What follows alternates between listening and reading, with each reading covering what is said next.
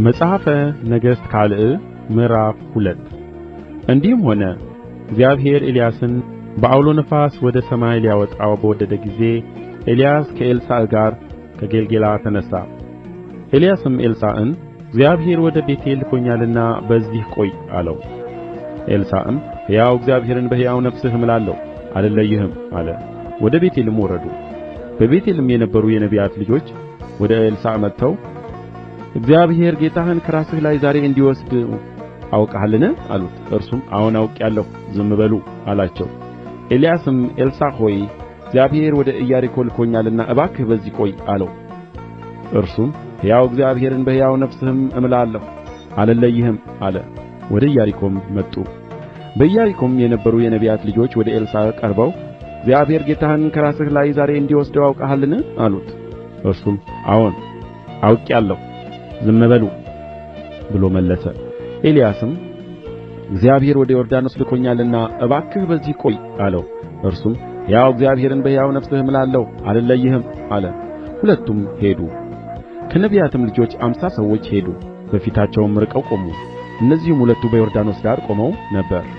ኤልያስም መጐናጸፊያውን ወስዶ ጠቀለለው፣ ውኃውንም መታ፣ ወዲህና ወዲያም ተከፈለ። ሁለቱም በደረቅ ተሻገሩ። ከተሻገሩም በኋላ ኤልያስ ኤልሳዕን ከአንተ ሳልወሰድ አደርግልህ ዘንድ የምትሻውን ለምን አለው።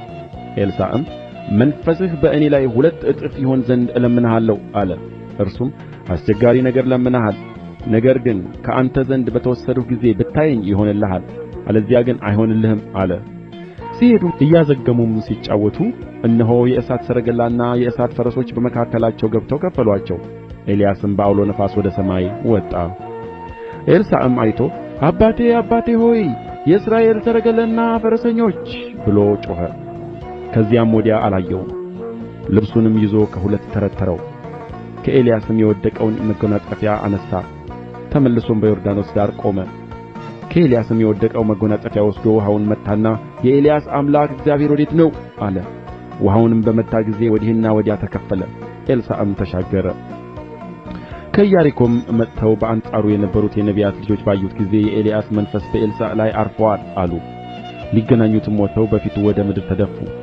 እነርሱም እነሆ ከባሪያዎችህ ጋር 50 ኃያላን ሰዎች አሉ። የእግዚአብሔር መንፈስ አንሥቶ ወደ አንድ ተራራ ወይም ወደ አንድ ሸለቆ ጥሎት እንደሆነ ሄደው ጌታህን ይፈልጉት ዘንድ እንለምንሃለን አሉት። እርሱም አትስደዱ አላቸው። እስኪያፍርም ድረስ ግድ ባሉት ጊዜ ስደዱ አለ።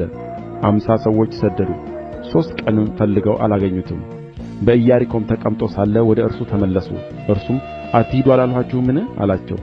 የከተማይቱም ሰዎች ኤልሳዕን እነሆ ጌታችን እንደምታይ የዚህች ከተማ ኑሮ መልካም ነው፣ ውኃው ግን ክፉ ነው፣ ምድሪቱም ፍሬዋን ትጨነግፋለች አሉት።